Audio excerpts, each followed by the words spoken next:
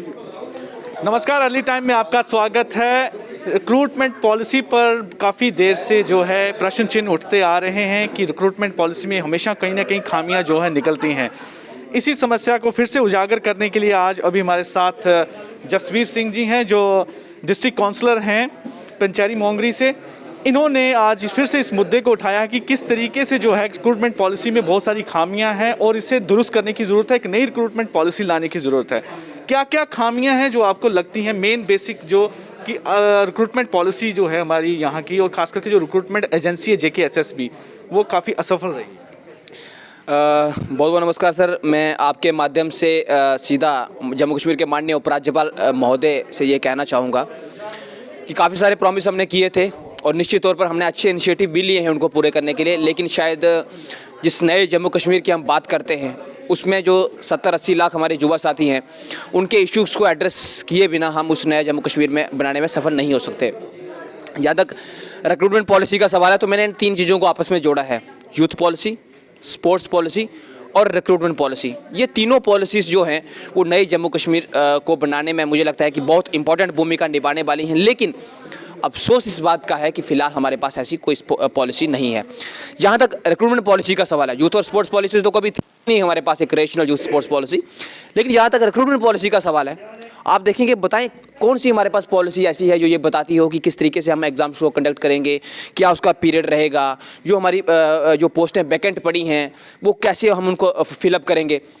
मुझे लगता है कि पिछले कई सालों से कंसर्न डिपार्टमेंट लगातार सरकार को लिख रहे हैं कि जनाब हमारे यहाँ इतनी पोस्टें खाली हो गई हैं, इस साल और खाली हो गई हैं, इस साल और खाली हो गई हैं। तो मुझे बताइए कि कौन सा एक ऐसा डॉक्यूमेंट है जो ये बताता हो कि हम उसको किस तरीके से फिलअप करने वाले हैं। तो हम लगातार उसमें फेल हुए हैं। यानी कि नए रोजगार का सृजन का करना था जो ऑलरेडी था हमारे पास, जो सैंक्शन पोस्ट थी वो आज भी हज़ारों की संख्या में खाली पड़े हैं। और ऊपर से देखिए, जो हमारा मेन सिलेक्शन बोर्ड है जो एग्ज़ाम्स को कंडक्ट करता है हमारे गवर्नमेंट सेक्टर के लिए, गवर्नमेंट डिपार्टमेंट्स के लिए एग्ज़ाम को कंडक्ट करता है, वो लगातार संदेह के घेरे में है। छोटी सी एग्जांपल है, पिछले दिनों एग्ज़ाम कंडक्ट हुआ।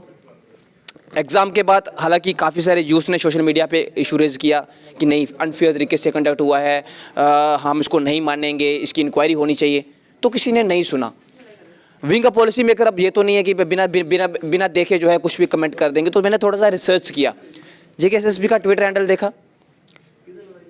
JKSSB लिख रही थी कि एग्ज़ाम बड़े अच्छे तरीके से कंडक्ट हुआ है, फिर तरीके से कंडक्ट हुआ है, thank you to one and all, CCTV लगाया हुआ था हमने, सब अच्छा हो गया। 100 में से 90 यूथ जो है हमारा लिख रहा है कि जनाब अनफेयर पर डाउन था, अटेंडेंस नहीं हुई, चीटिंग चल रही थी, हाल पूरे पैकअप थे। तो मुझे लगता है कि अगर इतना कुछ लिखा जा रहा है, इतने लार्ज नंबर में यूथ क्वेश्चन रेज कर रहा है, तो क्या जम्मू कश्मीर के माननीय उपराज्यपाल महोदय तक ये बात नहीं पहुंचनी चाहिए थी? उनको एक डिटेल इंक्वायरी नहीं बिठानी चाहिए थी? तो आपको लगता है कि JKSSB हमेशा अपनी रिक्रूटमेंट को लेकर संदेह के घेरे में रहती है, हमेशा कुछ ना कुछ यहाँ पर इश्यूज आ जाते हैं? क्या नई एजेंसी को यहाँ पे गठन करने की ज़रूरत है? देखिए, इसे रिप्लेस करने की ज़रूरत है? देखिए, JKSSB हमारा मेन सिलेक्शन बोर्ड है और उसने जम्मू कश्मीर को बड़े बेहतरीन जो है वो लोग दिए हैं जो आज डिफरेंट डिपार्टमेंट्स में सर्व कर रहे हैं। प्रश्न ये है कि अगर सिर्फ आज की बात करें तो आज अगर उस पर इतने इश्यूज रेस हो रहे हैं, क्वेश्चन रेस हो रहे हैं, एट द सेम टाइम आने वाले कमिंग फ्यूचर में बहुत सारे एग्जाम्स वो कंडक्ट करने वाला है। अगर मैं गलत नहीं हूँ तो जो सब इंस्पेक्टर का एग्ज़ाम होने वाला है जम्मू कश्मीर पुलिस का, ये भी जो है JKSSB लेने वाला है, अगर मैं गलत नहीं हूँ। तो अगर इस तरह के एग्ज़ाम्स भी और भी एग्ज़ाम्स JKSSB लेने वाला है और इसी तरीके से उसकी जो विश्वसनीयता पे सवाल खड़े होते रहेंगे, तो मुझे बताइए नया जम्मू कश्मीर कैसे बनाएंगे? फिर तो इस सिस्टम में यही रहेगा ना कि यार कोई पता नहीं है, जरूरी नहीं है, जहाँ वहाँ तक पहुँचने के लिए पढ़ना लिखना जरूरी नहीं है। मेरा आपसे आखिरी प्रश्न ये है, आपके पास क्या कुछ एक आइडियाज़ हैं कि किस तरीके से इसे ठीक किया जा सकता है, खास करके रिक्रूटमेंट एजेंसी को लेकर? देखिए ना, पहला तो ये, जब तक 4-5 लोग जम्मू कश्मीर को चलाते रहेंगे तो मुझे इसमें बेहतरी की कोई खास उम्मीद है नहीं, क्योंकि इतने दिन हो गए एग्ज़ाम कंडक्ट किए हुए और अभी तक अगर माननीय उपराज्यपाल महोदय साहब के पास ये बात नहीं पहुंची है कि युवा इतना परेशान है, तो मुझे लगता है कि फिर कोई बात उन तक पहुंचने नहीं दे रहे। नहीं, अभी जो एग्जिस्टिंग जो अभी सेटअप है उसमें आप क्या लगता है, आपकी तरफ से किस तरीके की आइडियाज सजेशंस हैं कि किस तरह से देखिए, मेरी सजेशन यही है, जैसे आप एक एस्टीमेट लगाते हैं कि 125 से 130 लाख जम्मू कश्मीर की जनसंख्या है, उसमें आप 70 से 80 लाख के करीब युवाओं को लेकर चल सकते हैं। तो नई जम्मू कश्मीर के लिए आपको 70 से 80 लाख युवाओं को एड्रेस करना जरूरी है। तो पहला तो यूथ स्पोर्ट्स और रिक्रूटमेंट पॉलिसी पे बहस कराइए, चर्चा कराइए, आम जनता के सुझाव लीजिए, खास करके युवाओं के सुझाव लीजिए, सिर्फ एक्सपर्ट के नहीं, क्योंकि एक्सपर्ट तो पहले भी सुझाव देते आए हैं।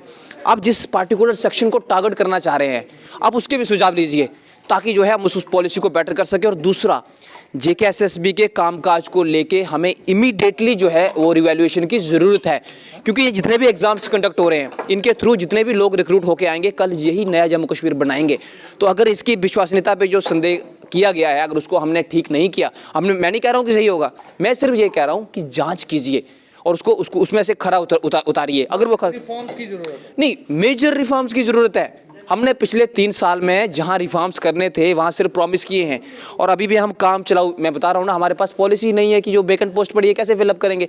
जिस तरीके के को 5-7 लोग चला रहे हैं ना, तो उसी तरीके से हमारा यह है कि नीचे भी जहां 100 पोस्टें हैं अब खाली हो गई हैं, तो 30 बंदे तो 30 ही चलाएंगे।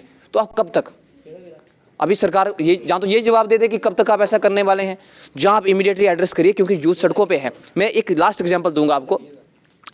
हम कमेटियों पे कमेटियाँ बनाते हैं, एक पॉलिसी आई कि जो नेहरू युवा केंद्र संगठन में जिन लोगों ने सर्व किया हुआ है, उनको, जो हमारे एनवाईसीज थे, उनको हम एंगेज करेंगे और डिफरेंट जो है गवर्नमेंट डिपार्टमेंट्स में शामिल करेंगे।